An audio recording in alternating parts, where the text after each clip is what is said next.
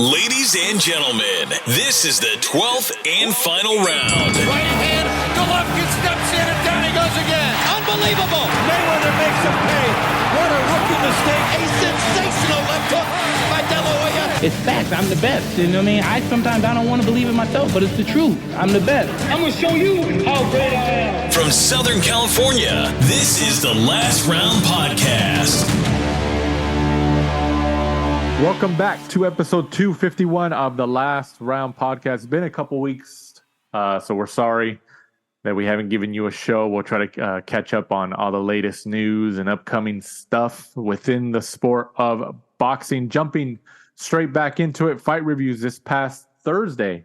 Regular Thursday fight. I think they did it because of the racing, the F1 series in Las Vegas, so they were trying to capitalize on that, and also the F1 was pretty much throughout the weekend, so that had a lot of attention. So I think this was on this is why this top ranked card on ESPN was on a Thursday at the T-Mobile Arena. Shakur Stevenson remains undefeated at 21-0 and becomes the vacant WBC lightweight champion of the world as he gets a unanimous decision win over 12 rounds against Edwin De Los Santos, who gets the second loss of his career. De Los Santos is a PBC guy, he's an Al Heyman guy. So there were some PBC employees at this fight. I was surprised. I didn't even know until the day of that this fight was taking place at the T-Mobile Arena. I'm not sure if maybe the MGM Grand or these other venues were booked up, but I was really surprised that Stevenson was put in the T-Mobile Arena. Maybe it was a logistics thing or the other ones weren't available, but I don't think Stevenson is a T-Mobile Arena guy. I think everybody would be reasonable on that. But I don't know, maybe it was the only venue available. Well, I mean, what do you think? Before we kind of go into the actual fight and break down the fight and what you think happened and how it went, what do you think about the choice of the T-Mobile Arena for Shakur Stevenson? Well, they gave away hundreds of tickets. I saw on a law enforcement, veterans, military, first responder website that they were giving away hundreds of tickets. So obviously, in terms of using that for a venue, obviously it didn't turn out too good for them. Thursday night obviously probably goes against it. A lot of people were there for the F1, so I imagine there was a lot of comp tickets to a lot of celebrities and rich people and stuff like that. So. And then a Shakur, I don't know if is he really that sort of fighter that's, transcends the masses to go and watch him because you're not guaranteed a knockout. And then, look what happened. They chose him as the headline for this, trying to set the stage ready for the weekend for a big, week in Las Vegas. And it was a snooze fest. It was really the wrong type of opponent because Shakur looks best when he fights somebody like Oscar Valdez, someone who's just going to come forward constantly, because he likes to counterpunch. And obviously, De Santos didn't really play into that because he knew that's what Shakur wanted to do. And it ended up just being a snooze fest. Right. And I don't think it helped Shakur Stevenson's earning potential. And one of the craziest stats that I've seen in a long time is that none of the fighters, De Los Santos or Stevenson, at least according to the punch stats, landed in double digits in any of the 12 rounds. None of them. Like they were all within, at least in landing punches, they were all within a couple punches of each other. Which, and this was technically a world title fight for the vacant WBC lightweight world title that Devin Haney, I guess, relinquished. I don't even know. So much stuff happens that I don't even know what's going on with these titles. But Shakur Stevenson won by scores of 116, 112 twice, and 115, 113. If you look at those scores and you didn't actually watch the fight, you would think, oh, that was a pretty competitive fight. Those are close scores. I mean, could we say that? Would you call that a competitive fight if you had to ignore the punch stats and, the boring action? If you had to really analyze it, would you call it a competitive fight? Not really. I just think at times it was probably hard to judge. Like you just touched on, when there's literally 6 to 10 punches being thrown, per round, it's kind of going to be hard for the judges to really score. You're kind of like, okay, can I give this round a draw? Because, nothing's happening. Pardon me. And then I know Shakur kind of touched on that, something had happened. And obviously the rumor was that, it was his left shoulder or his left hand, was injured going into the fight. And what do you think about that?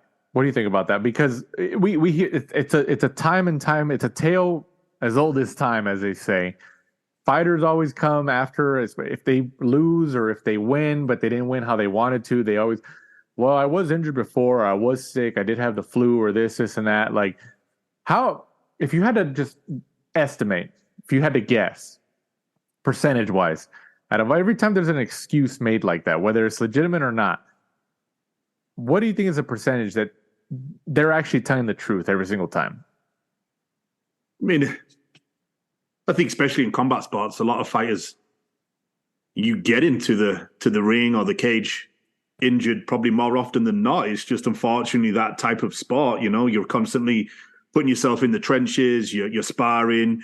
You're cutting weight and stuff like that. Drastically at times, and then that leaves your immune system's down. So you get sick. So sometimes you're getting into the ring sick, or sometimes injured and stuff like that. But that much money are put into these events that unless you maybe like AJ, Fury, Pacquiao, or someone like that, you can't move it. The fact that, you just have to kind of like suck it up and get in and just do the best you can. So I did like the way that Shakur didn't really lean on it. He kind of mentioned it, but he didn't kind of sit there and say, oh, well, I had a bad shoulder and, I still won. Kind of touched on it a little bit, but he didn't really delve into it and use it as an excuse, which I kind of respected. And I think, if he did have a bad shoulder, he got the victory, but I think it also wasn't the best type of opponent for his, natural style. Because if you kind of rewind it to when he fought Oscar Valdez, that was Shakur probably at his best, I would have said.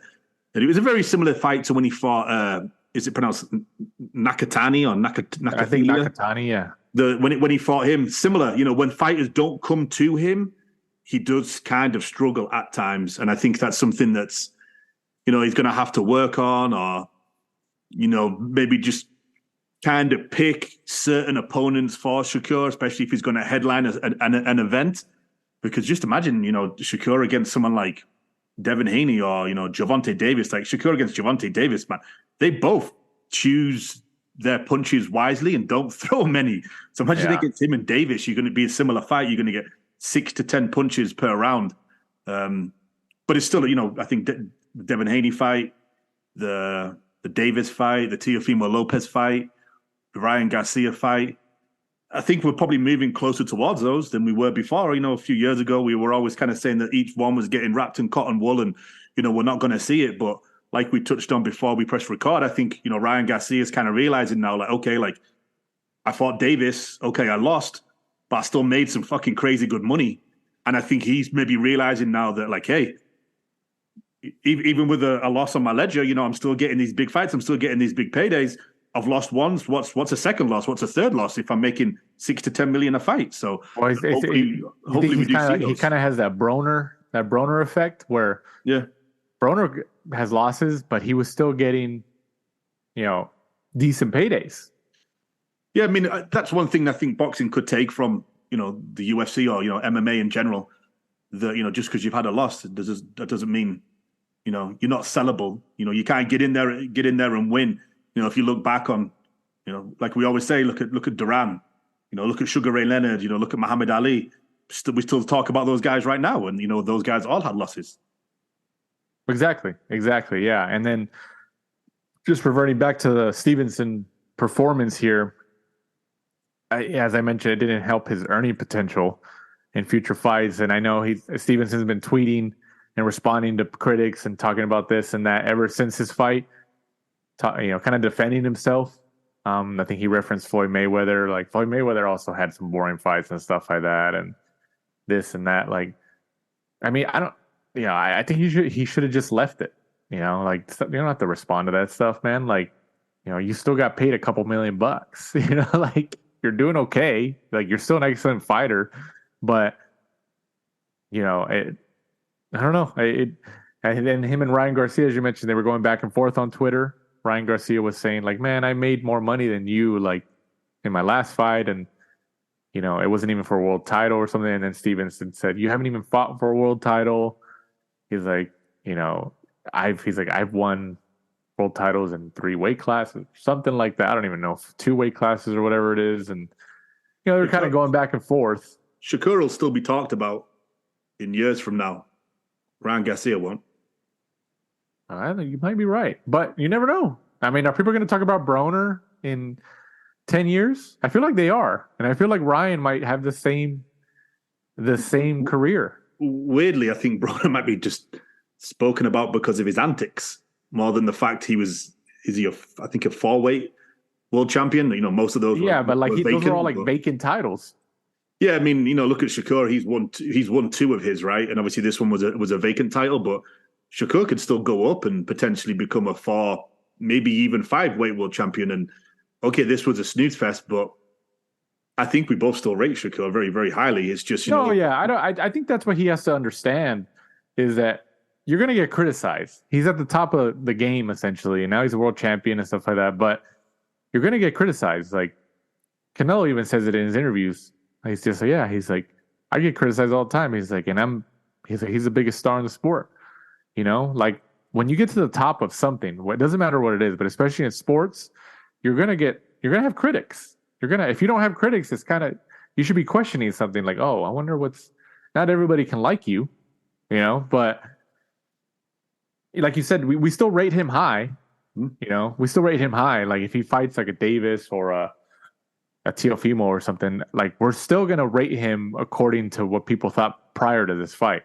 Like he still has a talent. Like you said, it was just the opponent. Him and De Los Santos just weren't good opponents for each other. De Los Santos didn't come forward, and Shakur Stevenson's a counterpuncher, and it just didn't work out. They both kind of stood on their back foot the entire fight, you know, and just try to keep each other at bay with jabs, and it was a snooze fest. It was. That's what it was. You know, he got the win, but wasn't entertaining. I saw video from people inside the arena. People were leaving like at the 8th, 9th, 10th round.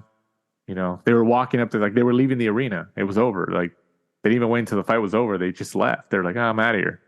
So, you know, it is what it is, man. Like, you know, I know it's like, you know, they're the ones in there sacrificing, like, hey, we're putting our life, and I get it. But like, don't complain later when like your promoter like Top Rank and Bob Arum, who has a history of kind of saying what he thinks. I mean, he just said it about Crawford when Crawford left Top Rank. Like, he's like, we lost money on that guy. Pretty much saying like we were overpaying him and we were losing money. Like Top Rank and Bob Arum, they're gonna say something, you know. And then in the next fight, they might tell Stevenson, hey, you made $4 million in your last fight, but we can only pay you 2.5 this one. Right? He's like, well, for what? I'm a champion. I'm one of the best in the world. Like, yeah, but like we didn't, you know, the sponsors aren't coming out for you for this one because of the last fight. You know, that's what it is. You know, that's just the nature of the game. And if you're okay with that, like, oh, I'll still make 2.5 or instead of the 5 I made for this fight, if that's cool with you, you're still making a ton of money, then do it. But, you know, you can't let it get under your skin with the criticism. You know, go in and let your hands do the talking, you know? Like, who's Leo Santa Cruz? When have you ever seen Leo Santa Cruz respond to somebody? I know he fights like once every 5 years, but there was a time where, you know, he was fighting a couple times a year. He was fighting for world championships against Abner Mares and other people. Like, he was, you know, pretty active for the PBC, but, you know, he just popped into my head because you never hear anything from him. You know, he's won world titles and stuff, but like you never see him tweeting or anything and, you know, posting stuff, responding to critics and stuff. Like, and he's been criticized before. You know, I mean, I'm sure there's other examples, but even Canelo responds to critics sometimes. And it's like, you're the biggest star in the sport, man. You should be the one like, you don't need it. But, you know, it is what it is, man. Stevenson's obviously, he's got the WBC lightweight world title. Who do we see him possibly face next year? What do you think? Who is Top Rank looking at? Devin Haney? I mean, but Devin Haney, I'm sure he has a multi-fight deal with Eddie Hearn again. So I don't know about that, but I mean, we'd like to see the Haney one, right? You know, we'd like to see Garcia. We'd like to see Davis. I think the easiest one that would probably get made and someone like a George Kambosos. yeah, you know what? Yeah, the top rank special. I can Yeah. see Stevenson. You know, Kambosos has a resume like, oh, he was undisputed. You know, he beat Teofimo, and he's one of the top lightweights in the world. It's a good name for Stevenson's record. Yeah, I could. That's why De La Hoya even tweeted about Kambosos for Ryan Garcia. He was like, I want to see. I think he tweeted the other day, I want to see Ryan Garcia versus George Kambosos, and then Kambosos replied to De La Hoya saying something like, "Oh, thanks for the shout out, champ." He's like, "I have business to take care of December so and so." He's like, "But after that, I'm willing to talk." Of course, you're willing to talk. You know, like Ryan Garcia is going to be a pretty decent payday. You know, but like Kambosos, he has a resume. He's a good fighter, but like, you know, is he on the level of Davis and those guys? No, not necessarily. But he's a good name. He's going to make a fight fortune out of that one night where everything came together for him. Yeah. He's made that payday, 2 paydays against Devin Haney, a potential payday against Ryan Garcia or Shakur Stevenson. Yeah. Yeah, he's making some generational. That Teofimo win, I mean, I think he would have done okay, but that Teofimo win really shot him up in his earning potential. Like, it changed his life. It really did. Yeah. So, I mean, good for him, man. Like, it worked out for him, you know? Like, good style for Shakur as well. Yeah. If they do go down the George Kambosos route, I think it will be a good stylistic matchup for Shakur to make him, you know, if it's the next fight, you know, after having this kind of snooze fest like we touched on, having someone like a Kambosos, I could see him looking good against him. Yeah, but that's a good point. George Kambosos might be next for Stevenson sometime next year, so I can definitely see that. But I mean, you never know. With Top Rank and ESPN, I don't think it'll happen, but they might approach Al Heyman and say, hey, put Davis over here against Teofimo, or put him against Stevenson over here on ESPN. We'll make an ESPN Plus pay-per-view. And honestly, if I was Top Rank or ESPN, I would say, hey, Davis is going to be the lead guy. Like, this will be a Davis Stevenson or Davis Lopez promoted fight. That's what I would do. I'd be like, yeah, man, like, come over here. Like, you'll get paid more than our in-house guys, and you fight on our pay-per-view platform. I mean, Showtime's gone. Davis isn't going to fight on Showtime anymore. You know, like, but I don't know. I just think the pride and all that stuff. I think Al Heyman and the PBC, they're not going to. He's trying to make a deal somewhere. So see what he does. But yeah, I don't think Davis is going to come to ESPN. But he should, man. Like, he has the leverage. Him, Canelo, even Ryan used it. Like, to, you know, imagine if Davis went to ESPN and said, hey, he's like, I want to fight for you guys. What can you guys do for me? They would try to make it happen because he's proven that he could put butts in seats, at least in certain areas. You know, like, it could work. He is a star. He is one of the biggest stars in the sport. And they have basketball and other stuff it could like work. that. Yeah, it could work, man. You know? But yeah, I don't see that happening. But yeah, somebody like Davis, especially being in and around 135, 140, has a ton of leverage he could use. But, you know, the loyalty to Al Heyman's real, man. We know that. So I don't think that's happening anytime soon. Also on the card, which I don't think helped Stevenson's performance in the main event, because this fight was a crazy fight. Again, the crowd was definitely into it. It's probably the fight of the night, at least in terms of entertainment for the crowd and on TV. Emmanuel Navarrete and Robson Concenciao fight to a majority draw by scores of 113 twice and 114-112. This was for the WBO super featherweight title that Concenciao, who's this WBO super featherweight champion? Did Navarrete hold it, or did? Yeah, Navarrete was the champ going in. Okay, so he held the title because it was a majority draw, right? Like I said, this fight was very competitive. and the crowd inside the T-Mobile Arena in Las Vegas was very into it. They were very involved in it. So I think when Stevenson and De Los Santos came and they pretty much stunk up the joint, it didn't help because people were already on that high from the co-main event, and it just didn't work out for the main event. I mean, what'd you think? Did you agree with the majority draw? Yeah, I mean, it was super close, right? If you look at it, Robson Conceição is just that Neely man. If you remember the crazy scorecards, do you remember when he fought Valdez? And a lot of people thought that, Robson Conceição got robbed because obviously they'd already kind of penciled in. I think it was Valdez was going to be fighting Shakur Stevenson. And the scorecards, went in Valdez's favor. Then obviously you've got this fight where Navarrete pretty much just snuck over the line, I think, probably just due to the two knockdowns. You've really got a feel for Robson Conceição. That was his third bite at the cherry. He's fought Navarrete, Stevenson, and Valdez now. So he's had a pretty good career. He's had 3 bites at the cherry. Does he get a fourth? Is he going to be like a George Groves where he just keeps getting, chance after chance after chance because, Top Rank, obviously like him. They keep sticking him in there. But yeah, I think at this weight, I don't know whether Navarrete is as powerful. When we used to watch him before, at 122, taking nothing away from Robson Conceição, obviously a great fighter, great amateur career. Very skilled. Never gets blown out. When he fought, Shakur Stevenson and Valdez, they were kind of close fights. Yeah, Navarrete didn't look as good. I don't know whether it's the move up in weight or something like that. Maybe the power just hasn't moved up with him because before he was always kind of like bigger, stronger, and can kind of like really just bully people.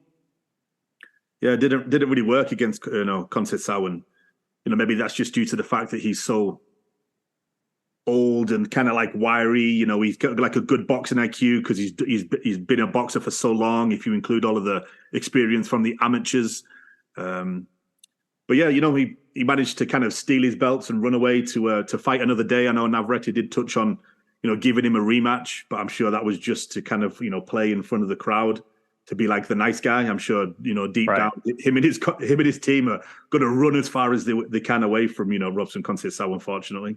Right. No, yeah. I mean, I could see them maybe fighting again. Do you see Top Rank running this back in the first quarter of next year of 2024? I don't think so, but I think just because Navarrete is so popular, how many you're going to get a lot more butts in seats for the Mexican fans, the South American fans, rather Robson Conceição having the title. I don't think that's really going to sell. And at the end of the day, boxing is a business. So yeah. I'm sure they want Navarrete to keep it because, you've got some big fights. You've got like Oshaki Foster, who's literally just signed with Top Rank. So I think, that would be a good unification, WBO and WBC. I'm sure that's probably why Top Rank signed him up, tried to get him in there. And I think that would be a really good fight, Mexico against America, you can sell that. No, absolutely.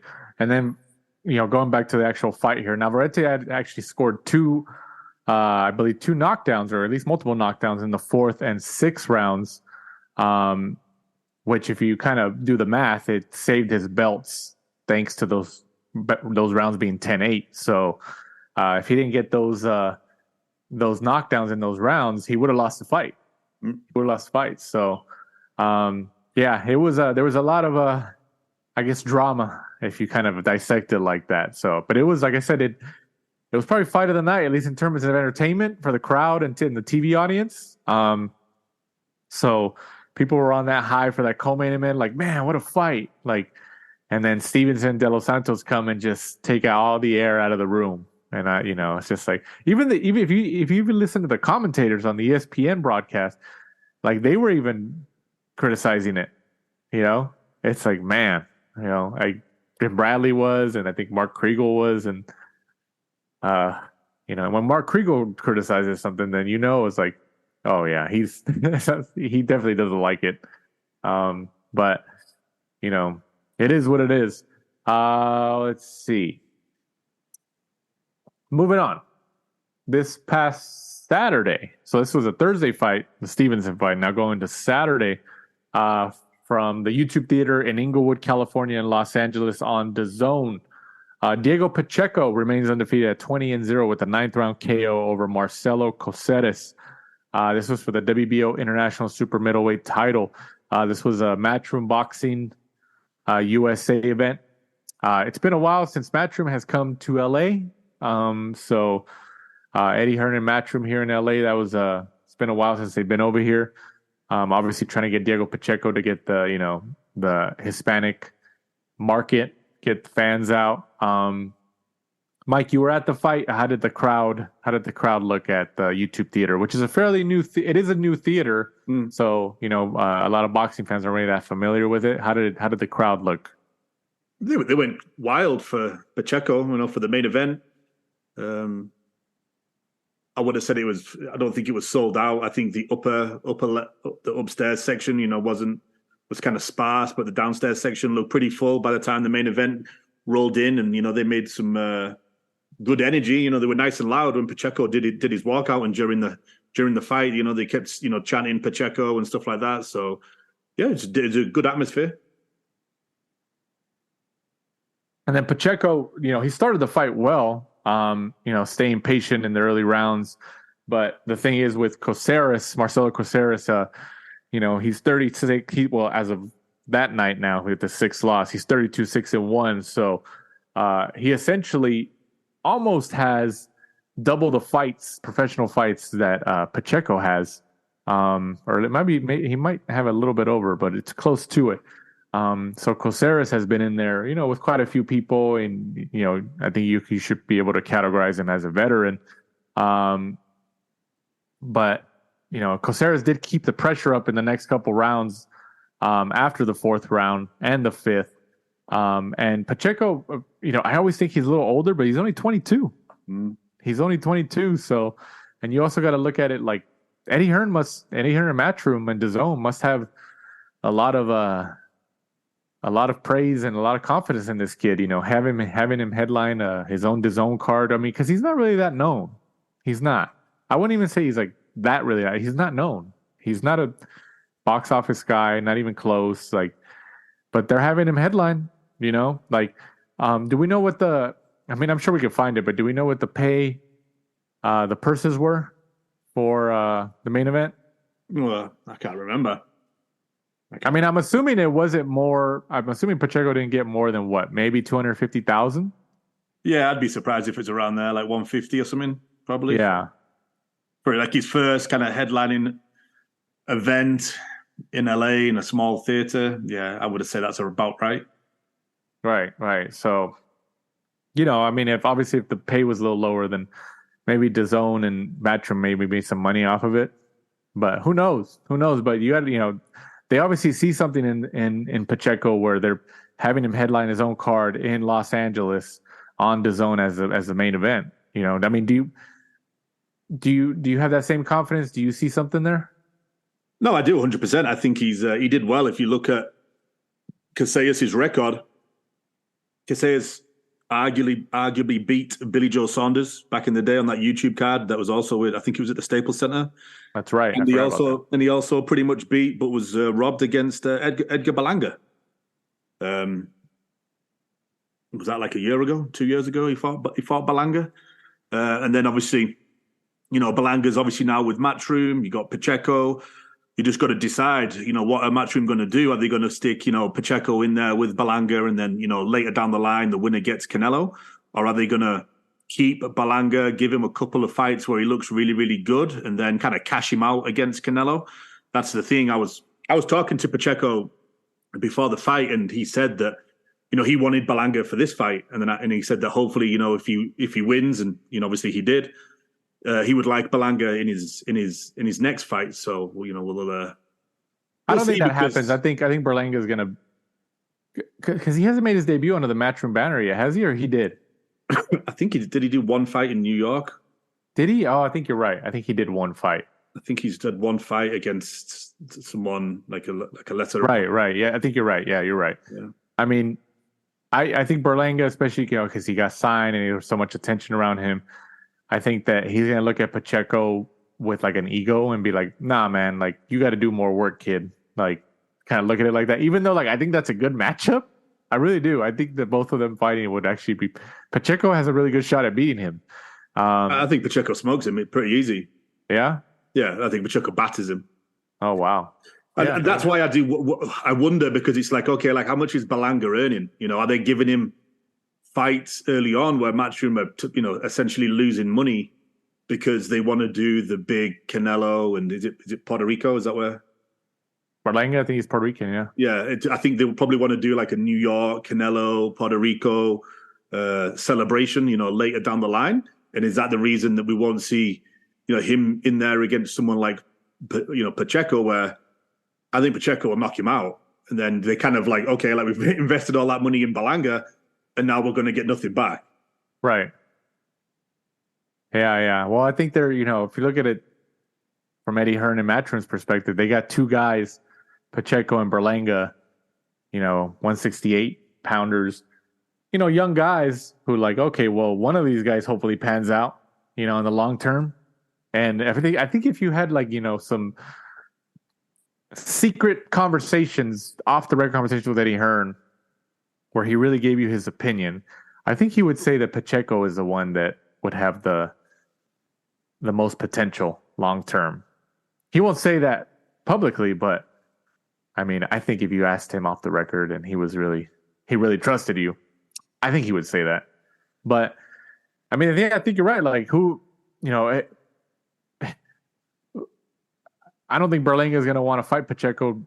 Pacheco's obviously what he said he wants that fight, and he wants this fight next now that he's coming off of this win. But I don't think Berlanga is going to want this fight yet. I think Berlanga is going to try everything he can with this new agreement with Matchroom to try to make some money and make some big fights, but to try to get as close to Canelo or to get to that Canelo fight as much as he can. Because I mean, obviously, we talked about Ryan Garcia earlier, like kind of forcing Golden Boy's hand to make the Davis fight because maybe he knew life-changing money. It was life-changing money, and he's like, oh yeah, he's like, I don't ever have to work anymore. I don't have to fight 15, 20 fights in the next 10 years or something.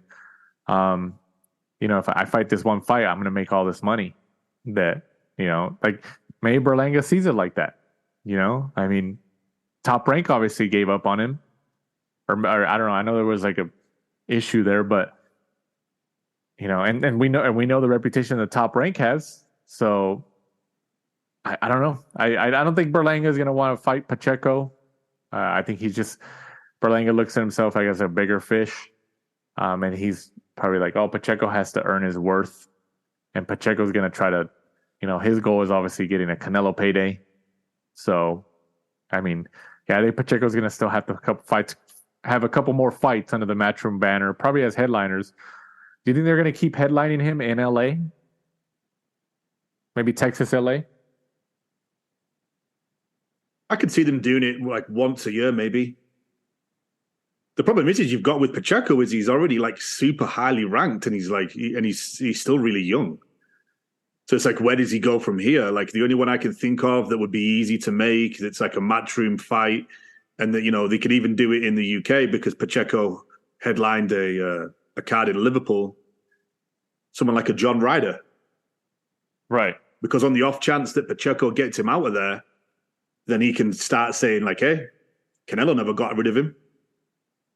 Yeah, I can see that. Yeah. I mean, do you think Matchroom and Eddie Hearn maybe have a tentative plan, or maybe they look at it like, oh, okay, maybe eventually Berlanga and Pacheco face off, and we promote it as like, hey, the winner of this fight pretty much is kind of in line for Canelo. Do you think that happens? Because Canelo's kind of running out of opponents, if you think about it.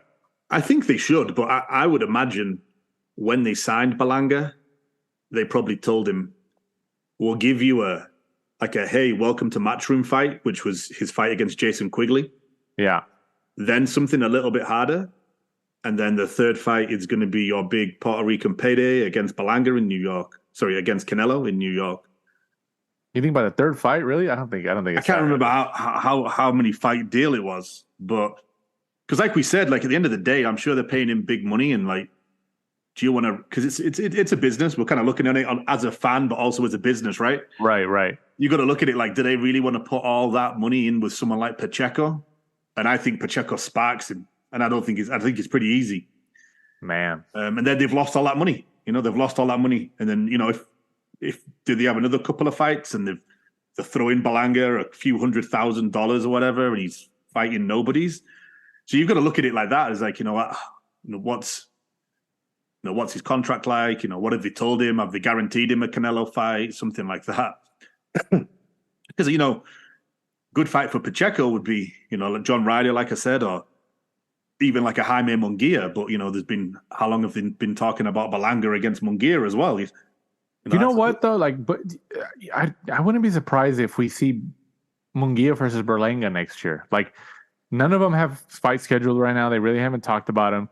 I wouldn't even be surprised if DAZN told Golden Boy and Matchroom, like, hey, put these two against each other. Why not? Who would get the Canelo fight then? That's the thing, isn't it? It's like who's getting the May and September Canelo fight, because then we kind of know where the pieces are falling and who's going to be available. Because Benavidez is obviously fighting next week, and then but PBC is gonna try to. Canelo has a deal with PBC. I don't think we should expect anybody else outside of Al Heyman's fighters to get the Canelo fight in May. You put Munguia and Berlanga in a fight in April, maybe May, around the same time Canelo fights, and or maybe you put them in a fight for September, October of next year. Because I mean, there's a more than likely chance that, because I think it's a 3-fight deal, right, with PBC and Al Heyman for Canelo, and he obviously just did 1 fight, so he has 2 fights left. It's a safe bet to say that all 3 fights, just like any promoter would do, are going to be with the guys of the promoter, Al Heyman, or manager, advisor, whatever you want to categorize him at. So May and September are going to be PBC guys. Maybe Charlo, Jamal, and then David Benavidez. But they're going to be PBC guys. They are. So I think that any type of hope of seeing any type of Canelo Munguia fight or Canelo Berlanga fight, I think a Canelo Munguia fight would be exciting. Just because the story around it. Just think about it. Think about the marketing behind it. Munguia's obviously shown he can fight, especially when he fought Derevyanchenko here in Southern California at the Toyota Arena in Ontario, California. He fought through adversity for that. That was a tough fight. And Munguia, he fought through it and he won. But he showed like that, that Mexican heart, that Mexican warrior spirit. Like he dug down deep and he won. And he's got a fan base. I mean, he's not selling out these arenas, but he's doing probably 70-80% of these arenas. Like they're showing up for him and they're passionate for him. So think about a potential Munguia Canelo fight. 2025 probably, because Canelo's next 2 fights are with PBC. So it'd probably be 2025 at the earliest, maybe May. Think about the marketing behind it.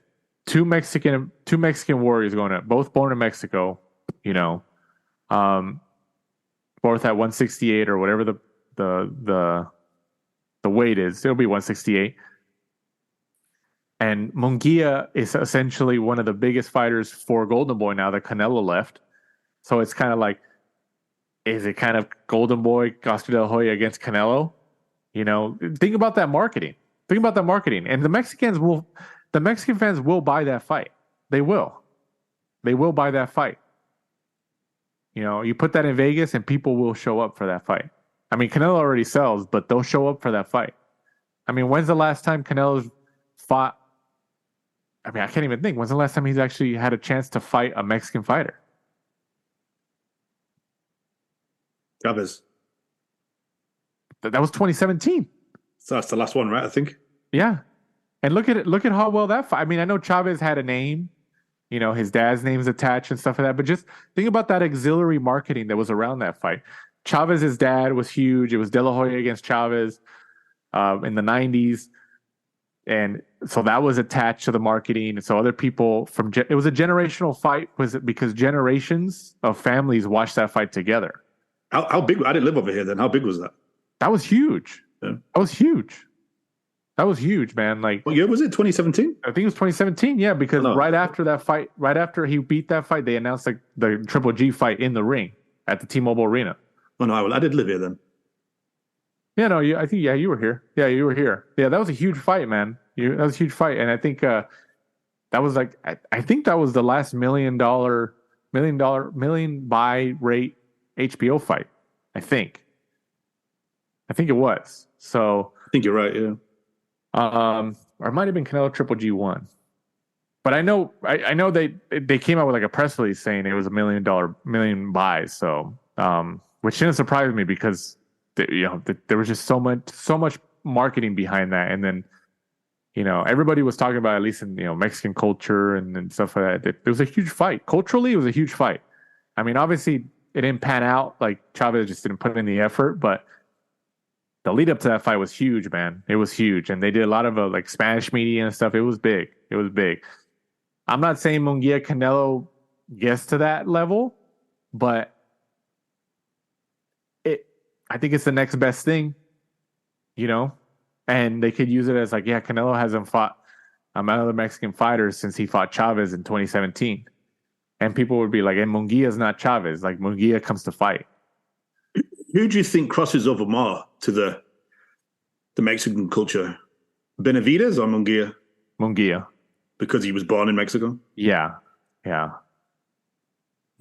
I just think it's not that Benavidez is a great fighter. He could fight, and he probably would be the most dangerous opponent for Canelo. But I just think that Benavidez under PBC and stuff, they just haven't really tapped into the potential that he has in terms of marketability.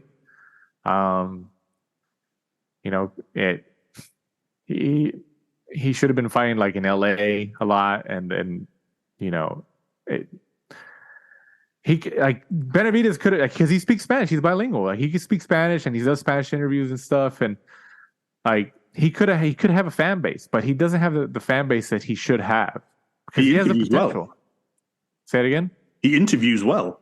Yeah. No, he could talk. He could talk in both languages.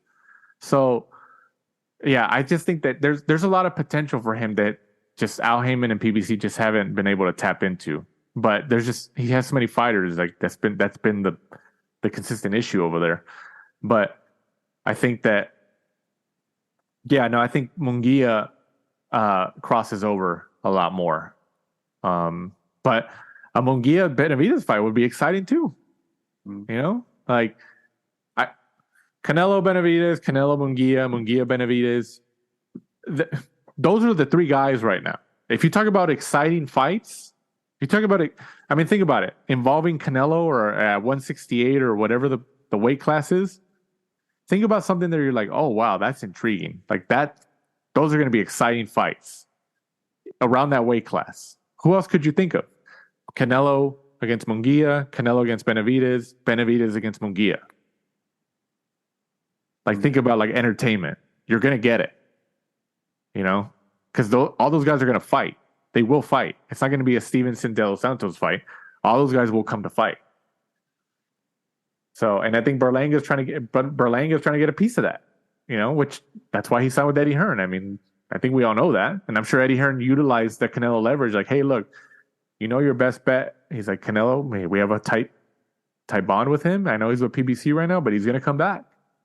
He's just like, and I'm your best bet to try to get that fight. I can't guarantee you. Canelo makes the decisions, but he's like, I'm your best bet. I'm sure, Eddie Hearn used that as leverage. He'd be smart too, And who trains Diego Pacheco? Jose Benavidez Sr. No way. I didn't even know that. Yeah. I can see that, man. Yeah. I mean, Pacheco would obviously have to leave Benavidez Sr. if he fights Benavidez, but just think about it, man. Just think about it. I'd freaking pay to watch that sparring. Jesus. Diego Pacheco against David Benavidez in sparring. Yeah.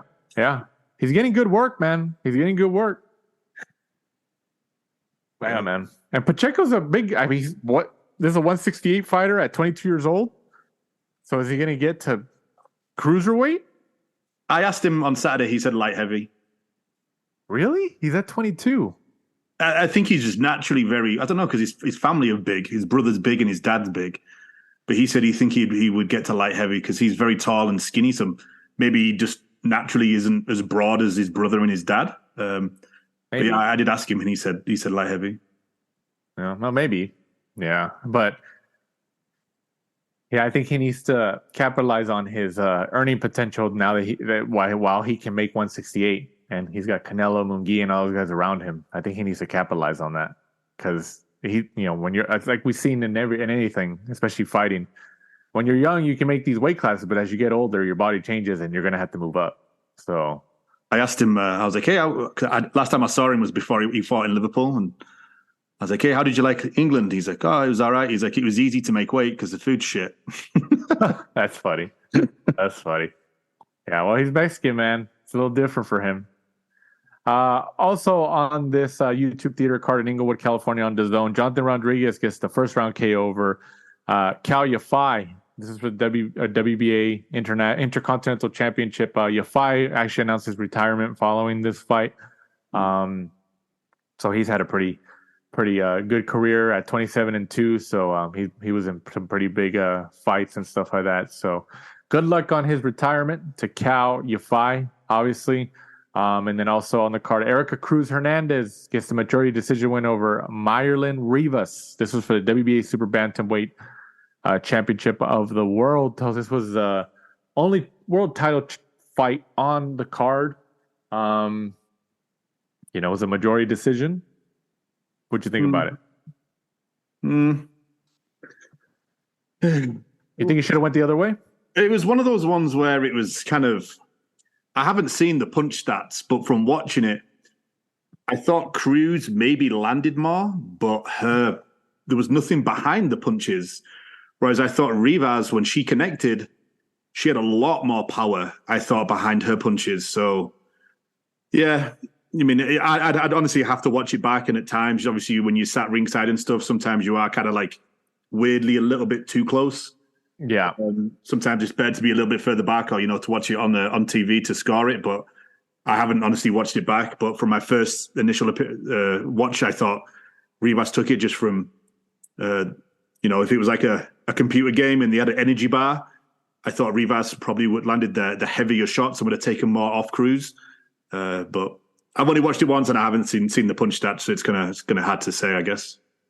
I mean, think about female fighting as well. As we all know, we talked about this multiple times on the podcast here, is that the depth in these weight classes isn't deep. So there's a more than likely chance that we see this rematch within the next 6 months again. So, I'm sure they'll run it back at one point next year, and we'll see if maybe one of them could really come out on top without any controversy. And rounding off the card, Mark Castro remains undefeated 11-0 with a very rare KO in the 7th round. He's not a KO guy. He's usually been a decision guy over Gonzalo Fuenzalida. Castro, I know you mentioned it. We were there when he first got signed. Like the conversation that Eddie Hearn had, it was at the Jacobs Chavez fight in Phoenix, actually. I know you kind of mentioned that you haven't really been, he hasn't really convinced you yet after this fight. Are you still not convinced? I thought he was awful. Yeah. The amount of times that he just swung punches and hit thin air. A lot of like winged punches. He does the bait. He doesn't even really do the basics that well. And kind of reacts very badly when he does get hit. That's why they keep sticking him in there with obviously people that have, feather fisted. I think the guy that he fought had like 3 KOs or something like that. Obviously, wasn't a heavy puncher. He really needs to go to find another trainer, I think, away from his father. I think he will eventually. I mean, the best person to go for, dude, Southern California, is to stick him in there, Robert Garcia. And I would say give him like a year. Let him get in there. Let him get some of that hard sparring to the point where he doesn't react so badly when he gets punched. Because when the first time he faces someone who can take a punch and can actually throw a punch, he's going to get knocked out. He's exactly like Gabriel Flores Jr. As soon as he faces someone who can punch, he's going to get knocked out.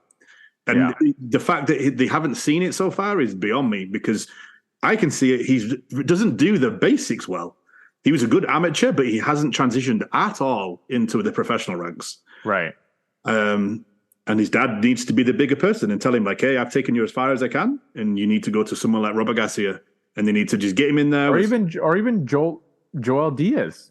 Yeah, you know? And I just chose Robert because it was such a big gym and all the sparring in there. But yeah, how many people do you think Robert Garcia has to deny, like fighters? Like seriously, because like he's kind of built the name for himself, and like everybody knows, like, oh, you get some really good work at the Garcia boxing gym.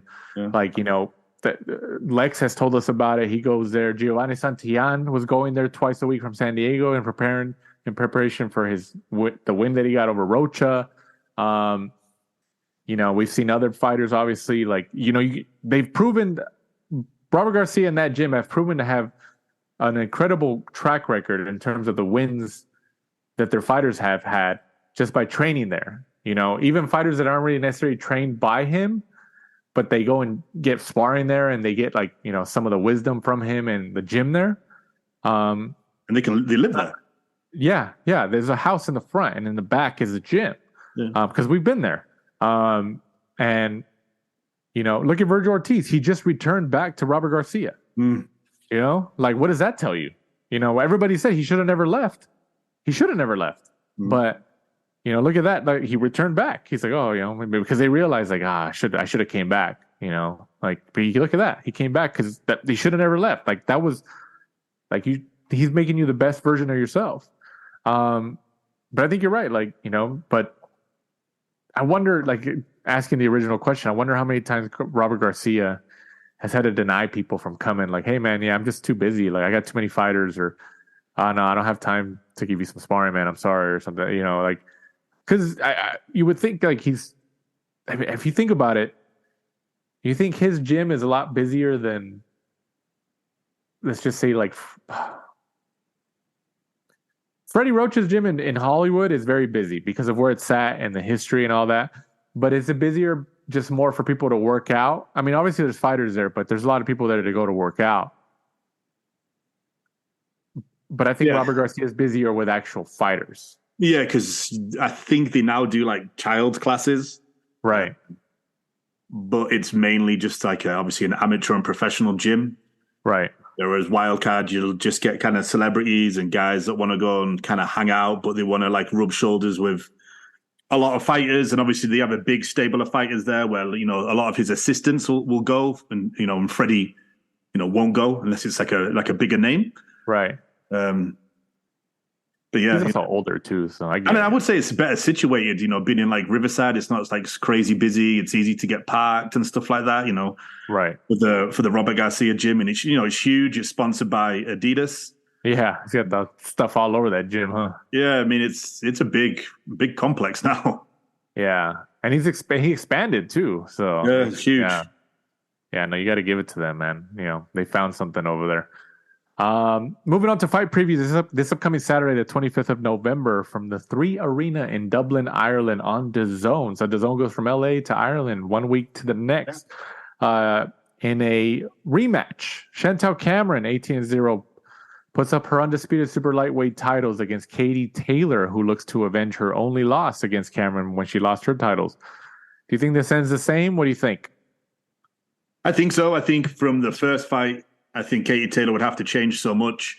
I think, unfortunately for her, she's still throws, like, combinations, like punches in bunches, where I think, you know, Chantel Cameron kind of sits back and actually boxes a little bit more. And I think it's going to go the same way. I think we'll probably see Cameron points victory, and that could be maybe the last we see of Katie Taylor, I guess. Yeah, I think do you think if she wins, do you think she retires one way or the other? That's a good question.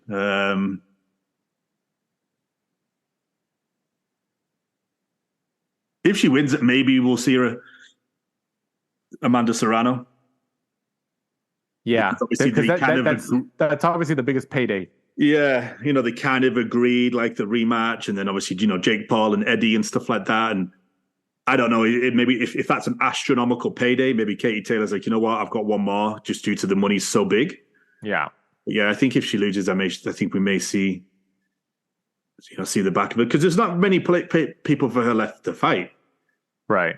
You're kind of going over old ground, aren't you? You go back, Santos Cameron third fight, Amanda Serrano fight, Jessica McCaskill. She's we talked about the depth of the female fighting divisions. It's just not there. No, exactly, 100%. And I think slowly but surely it's evolving. I think we can see that with Cameron. I think you saw that in the first fight where Katie Taylor still had like the throw a lot of punches, kind of like the amateur style, where I think, Cameron was more of a professional fighting style. She kind of like boxed from the outside, and, Katie Taylor wanted to get up close and would throw, just a lot of punches, hoping they would land. And I think we're starting to see that now. I think we're starting to see a bit of an evolution in the women's boxing. Right. Yeah, no, I can see that.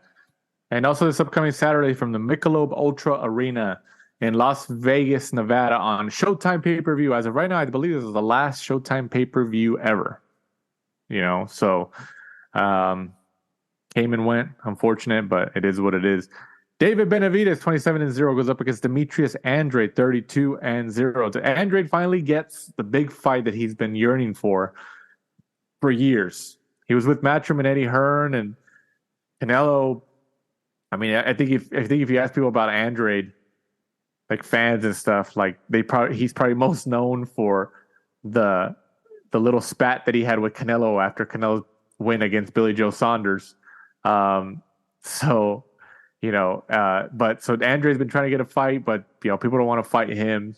Canelo said that he was a boring fighter, and he hasn't fought anybody. But essentially, what Andre is undefeated and he's been winning, but he just didn't bring anything to the table for a lot of these fighters. He was kind of like a Dimitri Bivol, high risk, low reward. So they kind of they put him to the side, which was unfortunate for him. But now he gets that big fight he's been wanting. Now that he gets that big fight, is he going to rise to the occasion here? What do you think? So I think he might surprise us, man. I think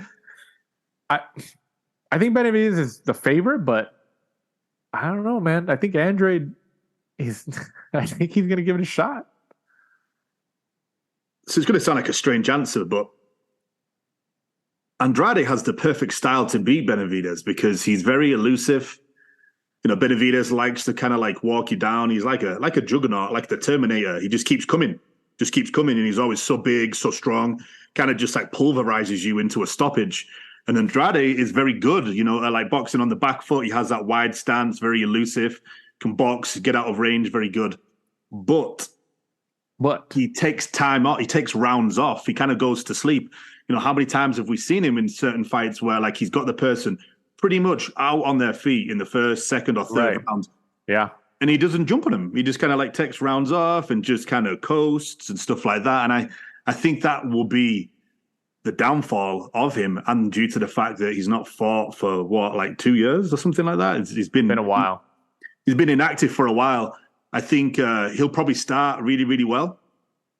I think this fight will be very similar to the Caleb Plant fight because they're very similar-ish styles. Yeah. I think he'll start very, very well, and I could even see Andrade kind of coasting. He's winning, the first 3-4 rounds and something like that. But Benavidez will eventually catch him, and I think Benavidez will probably win by. I think he'll win by decision. I think I'm gonna go for a stoppage. You think so? I think Benavidez wins by stoppage round 10, 11, or 12. Wow, very late. He didn't stop Caleb Plant, and I don't think he's gonna stop him. I think, like you said, Andre's he's shown to be like that elusive fighter and really kind of coast and kind of stay away from, certain punches. That's the name of the game, but I think it goes to a decision. I think that's a good point.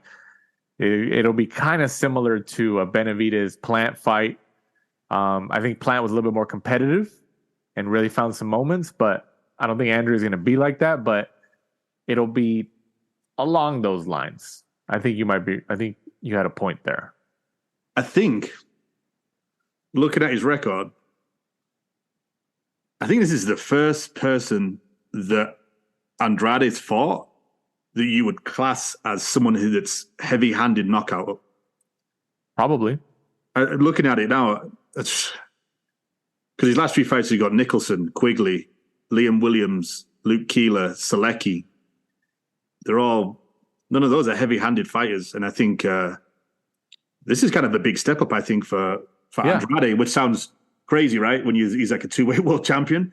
If you look at it like that. When you look at his resume, he's never really fought anybody that, that we're going to be like years from now. We're like, hey, remember that time flipping Andrade fought someone like Canelo? Yeah. No, it didn't happen. He's never fought anybody like that. Right. The biggest one he would probably that we should have seen was Andrade against Billy Joe Saunders. Yeah. And that wasn't even his fault. And that was called off because of the nasal spray thing, right? Yeah. That wasn't even Andrade's fault.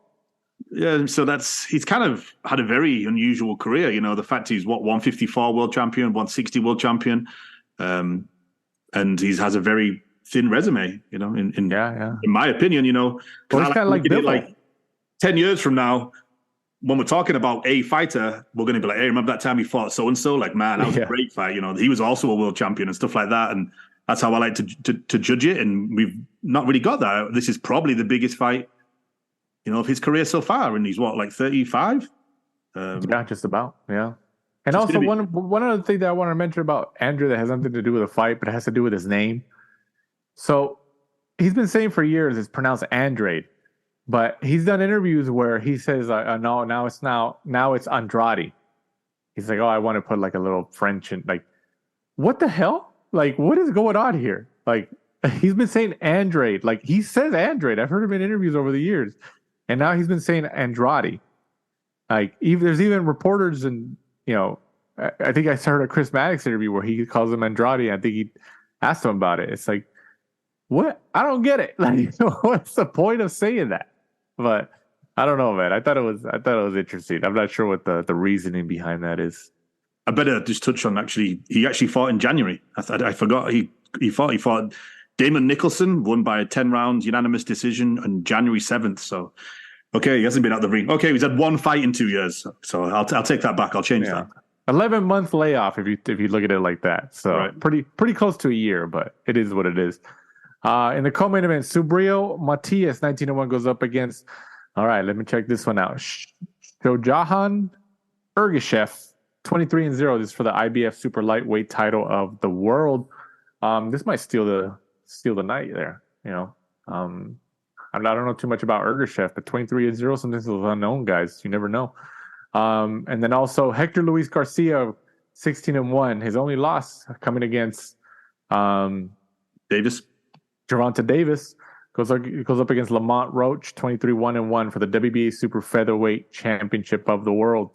That's a pretty interesting matchup there. And then Jamal Charlo, 32-0, goes up against Jose Benavidez Jr., David Benavidez' brother. They were kind of mouthing off to each other leading up to this fight. You know what? I think Benavidez, the thing with these PBC fighters, they're just so inactive, so it's hard to really gauge it. But Benavidez Jr., obviously him and Crawford went at it, and then Crawford knocked him out.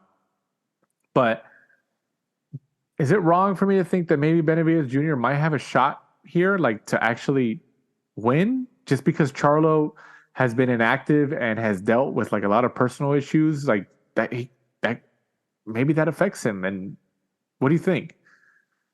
No, I mean, that would be a great victory for, Jose Benavidez to kind of come back to and get to win over Charlo. But obviously because they're doing the fight at 163, I believe, there's going to be no world titles on the line, even though he's not defended them for 800 and something days. That's ridiculous, man. I don't know why the WBC is, But yeah, I mean, if there's any better time to catch him, I think you're right. Yeah, coming back, how's he been training? How is he mentally with all the stuff that's been going on, in his personal life? So yeah, it could be, like the perfect storm, I guess, for, Jose Benavidez to, catch Charlo at a bad time and get a victory and a big name, a big name on his resume. Yeah. I'm telling you, I think this might be more competitive than people think. So just because of Charlo, they're both been inactive, obviously, but I guess both being inactive is better for both of them than one being active and the other one being inactive. Kind of evens the playing field a little bit. But Charlo has been going through some personal issues and with his brother and their wives and all that. So it's you never know, man. I think this might surprise people. We will see. And also rounding out the card, Sergey Lipinet, 17-2-1, goes up against Michael Rivera, 24-1. That might be an interesting matchup there. If you look at the card, is pretty solid, man. You got to give it to PBC. I mean, and Showtime, it's a pretty solid card. Like, it's a good undercard. Everything, it's good. I mean, it's obviously too little, too late, but it's a pretty solid card. And then the rumor but it's not on BoxRec. Wasn't Andre Berto supposed to be fighting Robert Garcia? Robert Guerrero? Robert Guerrero, sorry. I think they canceled it. I think they just got bad backlash, and they I mean, yeah, because you're right. They were talking about it, or maybe, I don't know, maybe Nevada just didn't sanction it. They were like, no, we're not going to sanction this. I was going to say, because I saw someone was talking about it in an interview the other day that I watched, and then I checked BoxRec when we were writing the show notes, and it wasn't listed. So maybe. I mean, it could be. I mean, sometimes right. BoxRec, they're their own thing, and they might just be like, oh, we're not going to recognize this. Like, you never know. But yeah, Berto Riguero, I thought that was weird. It's like, really, you're going to put those guys like. But it is what it is.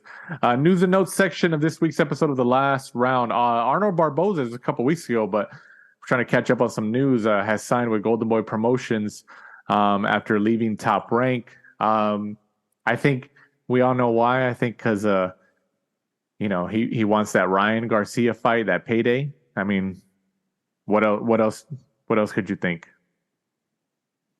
Yeah, I mean, Top Rank backed him, but to a certain extent. Do you think he's really done it, like the hard way, Arnold Barboza? And I think now he's probably thinking like, okay, like I've really, paid my dues, and I think it's, time for me to get those big fights. And maybe he just thought the Top Rank weren't providing for him. Maybe he thought there was, fighters who were ahead of him when they really shouldn't have been. So yeah, it's going to be interesting, to see what happens with Golden Boy, because I think it's time for him to get the big fights, right? We've watched him for a while in Southern California, and he's done it the hard way. So, respect to him. Right, yeah. So yeah, hopefully they put him, because I think he's 30, and he's like 33-0 or 32-0. Like he's been crossed the line a long time, so he needs to step it up. Like, so hopefully Golden Boy kind of realizes that and kind of throws them into the wolves here, because they need to catch up. And then Oshaki Foster has signed a multi-fight deal with Top Rank. Foster will make his Top Rank debut in early 2024 in a WBC junior lightweight title defense. That surprised me. I thought he was going to land at Matchroom, since he last fought on that Oshaki Foster against Rocky Hernandez. Right. That brilliant fight. Probably people. That was in Mexico too. That was a crazy fight, man. Yeah, for people that haven't seen it, go back and just YouTube it and get probably the round of the year. It happened on 11 or something like that. The same day Fury and Ngannou happened in Saudi Arabia, so like it kind of went under the radar. Yeah. But you can go on the YouTube and go to DAZN highlights and stuff like that. It was a good fight, man. Yeah, that was very entertaining. Those guys went at it, man. They went at it down there in Mexico. That was crazy. Yes. And I'm surprised that Matchroom didn't have an option on him, or didn't try to, or maybe they did. Honestly, I mean, I'm sure. Maybe I don't know. I'm sure they tried. They tried it, and he just got a better deal from ESPN and Top Rank, and he went over there. So it is what it is. And then also Adrian Broner was announced this week that he will be out of his December 2nd scheduled fight per Don King. So is that news? Should we be surprised? The Broner special? It is what it is. And then also earlier this week, Andre Ward, the retired Andre Ward, who has been commentating for ESPN, got into a Twitter spat with former ESPN writer Dan Rafael. Rafael said that he was responding to a video from the Ward Kovalev the first fight, and Rafael said that Kovalev was robbed, and then Ward responded to him. They were kind of going back and forth, and Ward accused Rafael of, implying racism, saying that Rafael thinks he only always chooses certain fighters, pretty much kind of implying, hey, you choose certain fighters according to the skin color. But it wasn't a good look for Ward. And he ended up deleting like a lot of the tweets. So I think that kind of tells you what he thought, like, oh man, maybe I shouldn't have said something. So I don't know why he responded. He wasn't even tagged or anything, but he should be above that, man. Like, he's a commentator on ESPN. Like, he's a smart guy, just stay above it, man. Stay above it. And then Alicia Baumgartner released a statement that she did a hair follicle test. And she was cleared. But I think if you look at the statement, in the statement acknowledges, I think it doesn't acknowledge all the drugs that were found in the system. Like some of them were omitted, or one of them I think was omitted from the statement. So I thought that was kind of interesting. And I mean, how long ago was her positive test? Like if you just took a hair follicle test like recently, is it out of your system now? Like I don't know. I'm not scientific here. How long does it last? Like, is it 180 days? Is it 90 days? 45 days? I don't know. But why is she doing a hair follicle when they can use the B sample? Yeah. I think Lou DiBella responded to that on Twitter, saying like, we've been trying to get the B sample and stuff, and supposedly he says they haven't got it. So yeah, I don't know, man. That it is what it is. It's not like we haven't seen this story before, but it's boxing for you. And then also the WBC and the Ring Magazine have some type of beef here. Mauricio Suleiman said in the WBC convention within the last week or two that Ring Magazine isn't like a real title. They pretty much kind of criticizing Ring Magazine, and then the Ring Magazine people kind of responded and stuff. And I don't know if you kind of caught wind of that, but the WBC and the Ring Magazine are kind of having their little beef, kind of going back and forth. I thought it was kind of funny, but maybe we should reach out to Dougie Fisher, editor-in-chief of the Ring Magazine, and come on here and see if he wants to talk about it. Respond to Mauricio Suleiman, Dougie. You're more than welcome to come on here. Maybe we'll reach out to you next week and see if you want to come on and talk about it. But he might not want to. It'd be fun, though. Be a fun conversation. But once again, guys, thank you for listening. This is a holiday edition of the Last Round podcast, at least here in the United States, because it is a holiday week over here. We apologize the last couple months or so. We've been kind of sporadic with the episodes. We're trying to get them out as best as we can. Some schedule changes happen where we're trying to adapt as best as we can. So we're still putting them out. And trying to find openings to get the episodes out for you, for your daily commute, for your gym sessions, whatever you have. We're here to give you all the latest and upcoming boxing news in the sport. But before we sign off, once again, Mike, go ahead and let them know where they can find us and follow us. We are at The Last Round 12 on Instagram and Twitter. Be sure to catch us next week. We'll be previewing the big Ryan Garcia-Oscar Duarte fight.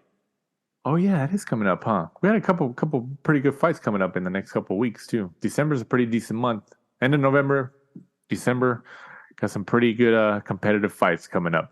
So for once again, for my co-host Michael Shepard, I'm Danny Z. This is The Last Round. Thanks for supporting and listening to the show. Follow us at The Last Round 12 on social media. Rate, review, and subscribe. This is The Last Round Podcast.